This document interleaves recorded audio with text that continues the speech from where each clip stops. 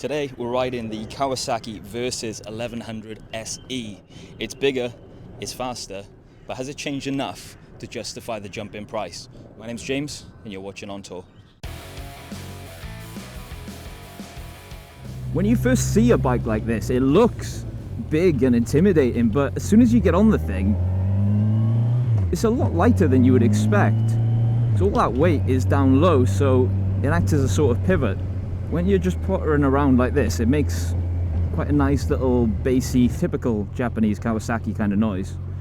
And then when you really open it up and give it some beans, it makes a totally different noise, and I love that noise. In fact, it's a little bit addictive. You want to hear it? Yeah. I love that. I like the sound of that. It just sounds like a sports bike, even though it's not one.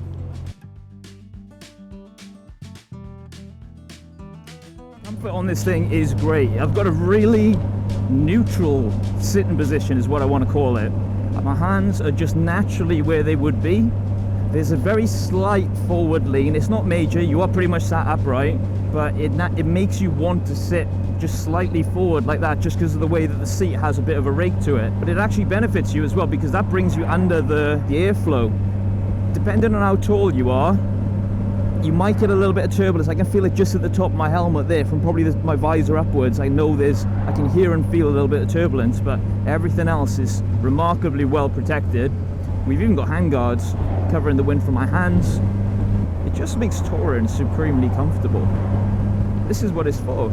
This is for going 2 up around Italy or Spain or France or any one of those prettier places.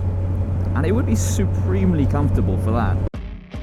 Kawasaki haven't gone mad here. They've given it a bump in power, but it's more evolution than revolution. And it's just about perfect. The first thing I can tell you is it's got bags of power, more than enough for a bike of this size. It is a sport tourer, so you would expect it to have a healthy amount of torque and power for when you want to go a little bit faster, but this is really well judged. Just by increasing that engine size slightly, they've managed to up the power by about 10%, which is exactly the amount that it needs to be for you to feel the difference between how it was and how it is. And it's remarkably well judged, this. This is exactly the amount of power that I would want. So I'm not sure about this H2 dash. I know some people will love it, but I just feel like you need to decide. Do you want to be digital or do you want to be analog? Because you're trying to do both. From about 2020 onwards, the Ninja had a fully digital display, and it wasn't like a stupid Apple CarPlay one or anything. It was like this, but just slightly bigger and with a little bit cleaner look to it. That would have been perfect on this for me, but that is a very personal preference. I am not saying that that's absolutely what they should do, but I would have liked to have seen that, especially on the SE. You might disagree, you might love this setup, in which case, cool. I mean, it works. It's nice and legible, even in the daytime. You've got options for changing it. You can change it from black to white like that to make it more legible in the day or the nighttime, depending on when you're riding. The only other thing that I would say, and it's not something I would change per se, but this model looked good. Like the Versys 6 years ago looked like a sharp new bike. It's now 6 years on and it looks exactly the same. And I know it's not a new bike, it's just a revision, but they could have, I don't know, they could have done a little bit of something to modernize it. I love this thing, so I'm not going to be too critical of it, but there is one thing I want to say. On my Sportster, I bought a USB charger to go up here on the handlebars so I could plug the GoPro in. And this has got one built in, which is great. It's new for this model, I think.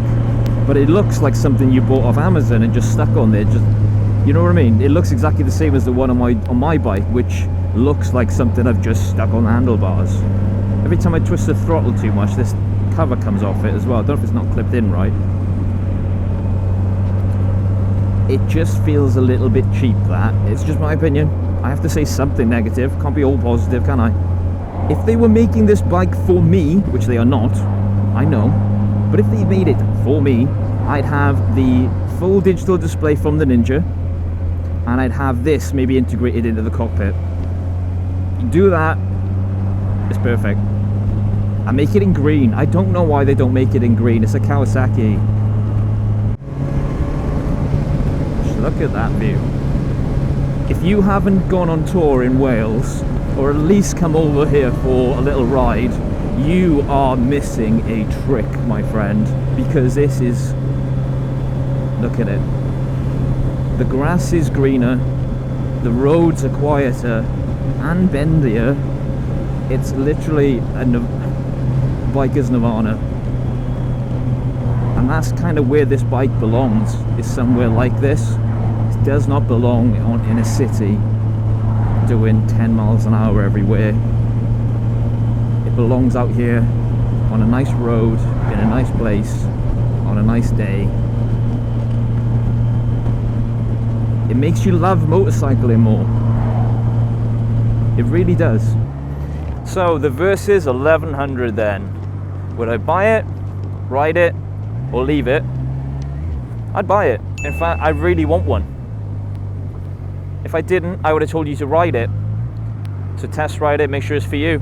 Because there's some things that are subjective or you might not want to put up with, but I can't find anything. It's brilliant. It's absolutely brilliant, this bike. This bike is like the slightly ugly stepchild that's just good at everything. And it just makes you love him. It's not perfect. The dash feels a bit old, the styling hasn't moved on, and some of the details could be better. But out here, on roads like this, you forget all of that, because this thing just works. It's not perfect, but it's as close as you're gonna get.